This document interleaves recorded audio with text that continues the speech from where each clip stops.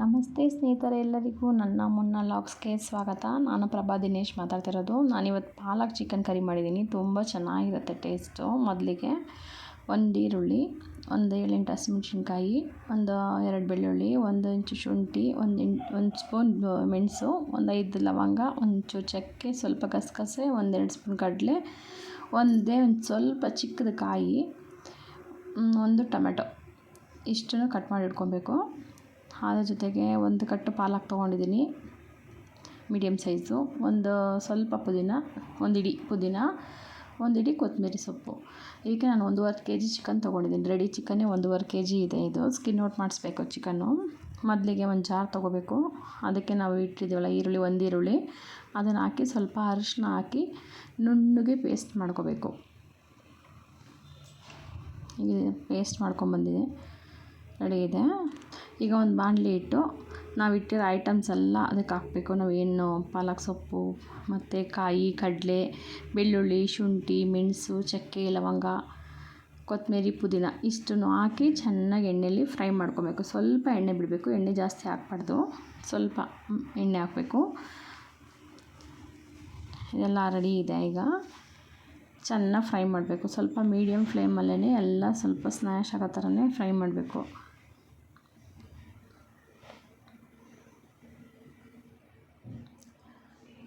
ಸಣ್ಣ ಉರಿಲೇ ಮಾಡಬೇಕು, ತಳ ಸೀಬಾರ್ದು. ಯಾರು ನನ್ನ ವಿಡಿಯೋ ನೋಡ್ತಿದ್ದೀರಾ ಲೈಕ್ ಮಾಡಿ, ಶೇರ್ ಮಾಡಿ, ಸಬ್ಸ್ಕ್ರೈಬ್ ಆಗಿ, ಚಾನಲ್ಗೆ ಸಪೋರ್ಟ್ ಮಾಡಿ.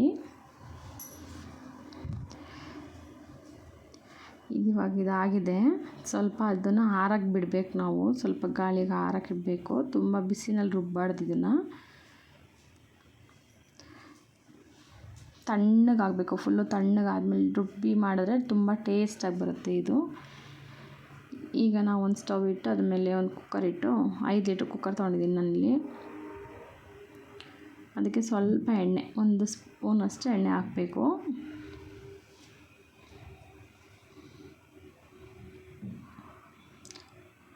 ಟೇಬಲ್ ಸ್ಪೂನಲ್ಲಿ 1 ಸ್ಪೂನ್ ಎಣ್ಣೆ. ಅದಕ್ಕೆ ನಾವು ಒಗ್ಗರಣೆಗೆ ಒಂದು ಚಕ್ಕೆ, ಒಂದು ಲವಂಗ, ಒಂದು ಏಲಕ್ಕಿ,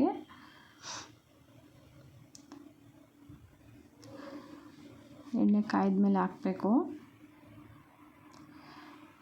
ಸ್ವಲ್ಪ ಈರುಳ್ಳಿ, ಇದು ನಾನು ನಾಟಿ ಈರುಳ್ಳಿ ತಗೊಂಡಿದ್ದೀನಿ, ಸಣ್ಣದು ರಾಜ ಈರುಳ್ಳಿ ಅಂತ ಬರುತ್ತಲ್ಲ ಅದು.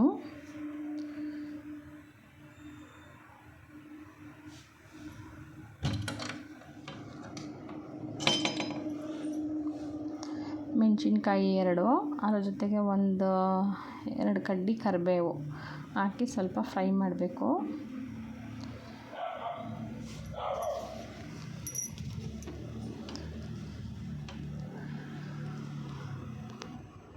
ನಾಟಿ ಈರುಳ್ಳಿ ಹಾಕಿದ್ರೆ ತುಂಬ ಟೇಸ್ಟಾಗಿರುತ್ತೆ. ಈಗ ನಾವು ರುಬ್ಬಿದ್ದೀವಲ್ಲ ಈರುಳ್ಳಿ ಮತ್ತು ಅರಿಶಿನ, ಅದು ಹಾಕಿ ಚೆನ್ನಾಗಿ ಫ್ರೈ ಮಾಡಬೇಕು. ಹಸಿ ವಾಸನೆ ಎಲ್ಲ ಹೋಗ್ಬೇಕು ಈರುಳ್ಳಿದ್ದು.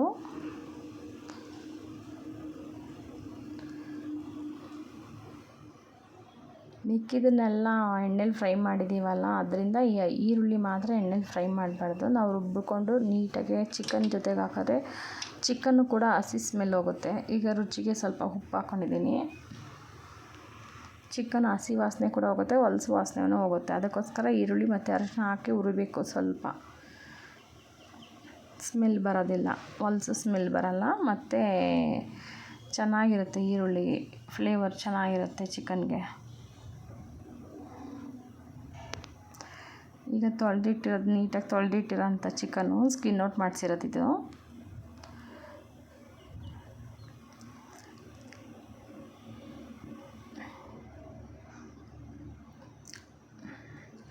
ಉಪ್ಪು ಆವಾಗಲೇ ಹಾಕಿದ್ದೀವಲ್ವ, ಸಾಲದೇ ಇದ್ದರೆ ಲಾಸ್ಟಲ್ಲಿ ನೋಡ್ಕೊಂಡು ಹಾಕ್ಕೊಬೇಕು.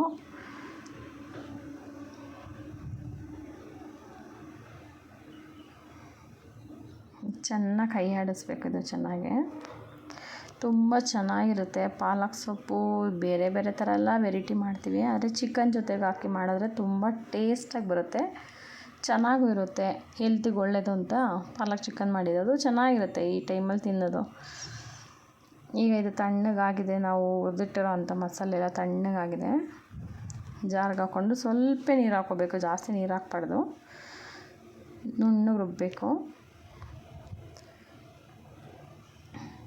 ಇದು ನೀರೆಲ್ಲ ಫುಲ್ಲು ಡ್ರೈ ಆಗಬೇಕು, ಒಂದು 70% ಡ್ರೈ ಆಗಬೇಕು ಚಿಕನಲ್ಲಿರೋದು. ಈಗ ಒಂದು ಟೊಮ್ಯಾಟೊ ಕಟ್ ಮಾಡಿ ಇಟ್ಟಿದ್ದೀನಿ, ಅದನ್ನು ಹಾಕ್ತಾಯಿದ್ದೀನಿ. ಟೊಮೆಟೊ ಹಾಕಿದ್ಮೇಲೆ ಸ್ವಲ್ಪ ಕಲರ್ ಚೇಂಜ್ ಆಗುತ್ತೆ ಚಿಕನ್ದು. ಈಗ ರುಬ್ಬಿಟ್ಟಿರೋ ಮಸಾಲೆ ಎಷ್ಟು ಚೆನ್ನಾಗಿ ರುಬ್ಬಿದ ಗ್ರೀನ್ ಆಗಿರುತ್ತೆ ತುಂಬ.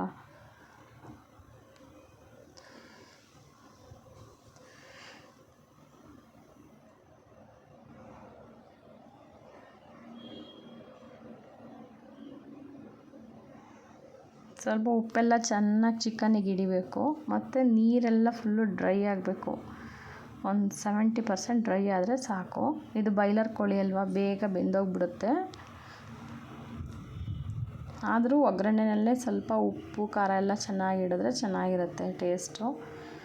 ಉಪ್ಪಿಡಿದ್ರೆ ಚಿಕನ್ಗೆ ಚೆನ್ನಾಗಿರುತ್ತೆ. ಬಾಯ್ಲರ್ ಕೋಳಿಗೆ ಸಾಮಾನ್ಯವಾಗಿ ಜಾಸ್ತಿ ಬೇಗ ಉಪ್ಪು ಹಿಡಿಯೋದಿಲ್ಲ, ಆದ್ದರಿಂದ ಈ ಥರ ಎಣ್ಣೆಯಲ್ಲಿ ಚೆನ್ನಾಗಿ ಫ್ರೈ ಮಾಡ್ಕೋಬೇಕು. ಈಗ ನಾವು ರುಬ್ಬಿಟ್ಟ ಮಸಾಲೆ ಹಾಕೋಣ. ಇದಕ್ಕೆ ಸ್ವಲ್ಪ ಒಂದು 50 ml ನೀರು ಹಾಕ್ಕೋಬೇಕು, ಜಾಸ್ತಿ ಹಾಕ್ಬಾರ್ದು ನೀರು. ಜಾರ್ ಹಾಕಿ ತೊಳೆದ್ಬಿಟ್ಟು ಹಾಕೋದು.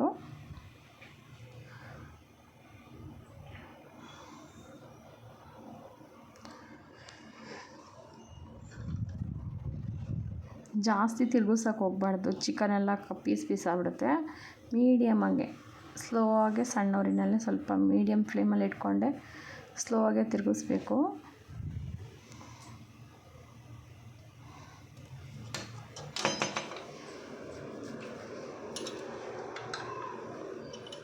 ನೋಡಿದ್ರಲ್ಲ ಕಲರ್ ಯಾವ ಥರ ಇದೆ ಅಂತ, ಫುಲ್ ಗ್ರೀನಿಶ್ ಆಗಿರುತ್ತೆ. ತುಂಬ ಚೆನ್ನಾಗಿರುತ್ತೆ, ಟೇಸ್ಟ್ ಮಾತ್ರ ತುಂಬ ಚೆನ್ನಾಗಿರುತ್ತೆ. ನೀರು ನಿಮಗೇನಾದರೂ ಜಾಸ್ತಿ ಸ್ವಲ್ಪ ಗ್ರೇವಿ ಬೇಕು ಅಂದರೆ ಸ್ವಲ್ಪ ನೀರು ಆ್ಯಡ್ ಮಾಡ್ಕೋಬೋದು.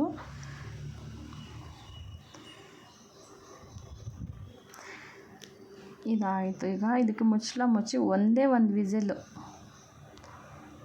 ಕೂಗಿಸ್ಕೊಂಡು ಅದು ಏರ್ ಔಟ್ ಮಾಡಬೇಕು. ವಿಸಲ್ಲು ಆದಮೇಲೂ ಬಿಡಬಾರ್ದು ಗಾಳಿಗೆ, ಏರ್ ಔಟ್ ಮಾಡಿ ತೆಗೆದುಬಿಡ್ಬೇಕು. ಯಾಕಂದರೆ ಮುಚ್ಚಿ ಬೇಯಿಸಿದ್ರೆ ಆಯಿಲೆಲ್ಲ ತುಂಬ ಚೆನ್ನಾಗಿ ಮೇಲೆ ಬರುತ್ತೆ, ಚಿಕನ್ ಚೆನ್ನಾಗಿರುತ್ತೆ ಟೇಸ್ಟು. ಈಗ ನೋಡೋರಲ್ಲ ಪಾಲಕ್ ಚಿಕನ್ದು ಯಾವ ಥರ ಇದೆ ಕಲ್ಲರು, ಸೂಪರಾಗಿ ಬರುತ್ತೆ ಪಾಲಕ್ ಚಿಕನ್. ಟೇಸ್ಟ್ ಮಾತ್ರ ಸೂಪರಾಗಿರುತ್ತೆ. ಅನ್ನದ ಜೊತೆನೂ ಚೆನ್ನಾಗಿರುತ್ತೆ, ಮುದ್ದೆ ಚಪಾತಿ ಪೂರಿ ಜೊತೆ ಅಂತೂ ಸೂಪರಾಗಿರುತ್ತೆ ಕಾಂಬಿನೇಷನು. ಒಂದು ಸಲ ಟ್ರೈ ಮಾಡಿ ನೋಡಿ.